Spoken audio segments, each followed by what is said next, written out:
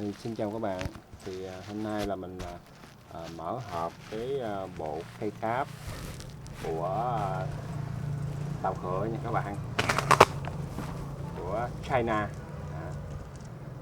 Thì đây là một cái bộ nút mà rất là nhiều người ta đã chơi thì biết đến rồi. Thì nói chung đó là theo mình đó, thì cái gì của tàu vừa rẻ vừa túi tiền thì mình chơi được. Đó là một cách tốt nhất. Thì đây là bộ keycap Kumikey profile là SA nha các bạn. Thì bây giờ mời các bạn là cùng mở hộp với mình cái bộ keycap này. Thì cái sản phẩm nó được đóng gói thì theo mình thấy rất là đẹp mắt, và cái cửa hàng người ta bán, người ta gửi về cho mình đó thì người ta có nghĩa làm rất là gọn. Thì đến đây là cái bộ keycap của mình là các bạn thấy không, cái hộp rất là đẹp ha. Không biết là các bạn thấy rõ không? Đó, rất là đẹp.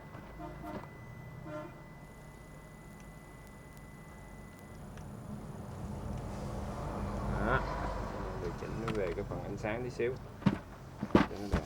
Bây giờ mình mở hộp giùm mình nha các bạn. Thì cái hộp thì nó rất là đẹp rồi. Bây giờ để coi nó đóng gói nó mở làm sao. Đây là cái cáp nó màu đen nha các bạn, black màu đen. Thì mình thì riêng mình rất là thích xài cái profile SA.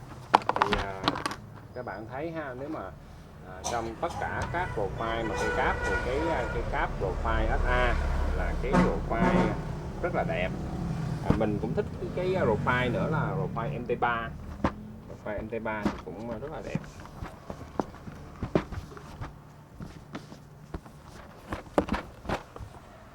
Đây. Thì cái sản phẩm của mình đó thì là cái gì ta, nó được tặng kèm một cái cabuler nha các bạn, cabuler nè, các bạn thấy ha. Đây. Đóng gói rất là đẹp mắt, bạn thấy ha, đóng gói rất là đẹp mắt luôn.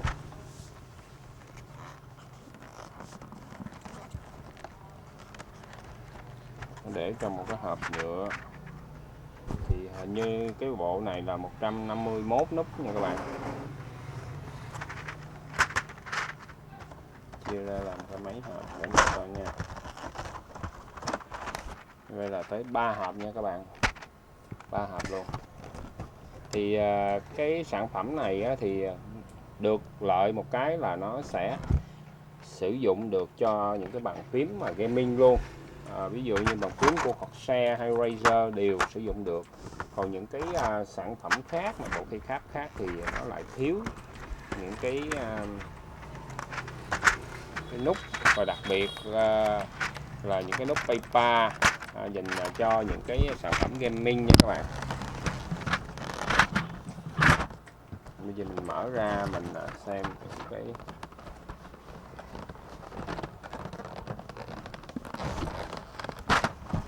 nó làm hơi khó tí xíu.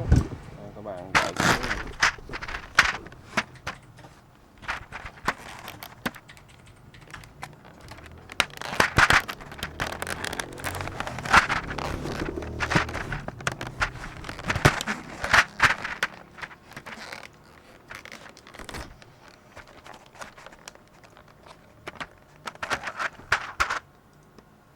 Ở ngay chỗ này nó bị gì đây? Ở đây 4 góc, nó có cái vấn đề gì ở đây nha các bạn.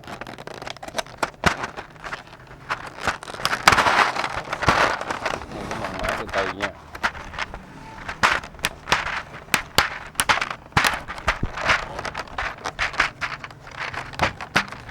Các bạn nào thích cái kênh của mình thì nhớ nhấn like, share và nhấn đăng ký kênh nha các bạn. Thì kênh của mình thì chuyên về những cái sản phẩm game gear nè, bàn phím nè, vân vân kiểu.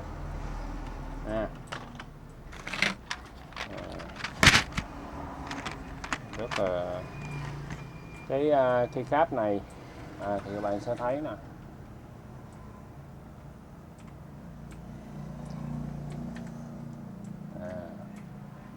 rất là đẹp nha các bạn. Cái cây cáp này nó là loại cây cáp mà nó sử dụng nhựa ABS, và được in double shot là nó in hai lớp. Các bạn sẽ thấy ở trong nó sẽ có một cái lớp nhựa màu trắng nữa.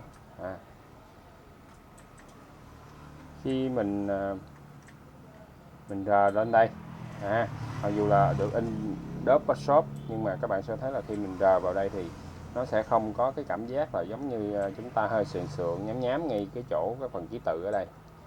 Mình cảm giác là nó liền mạch luôn các bạn, liền mạch luôn, rất là đẹp.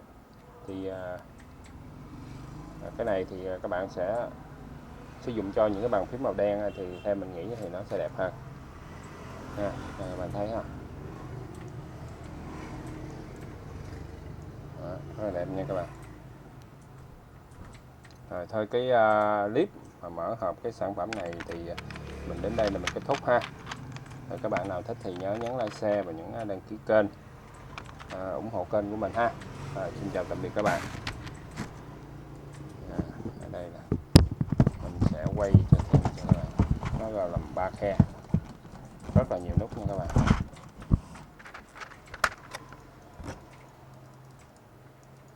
Rất là nhiều nút luôn. Để mình mở thì hơi mạnh tay thì nó lật mấy cái nút này nó không đẹp.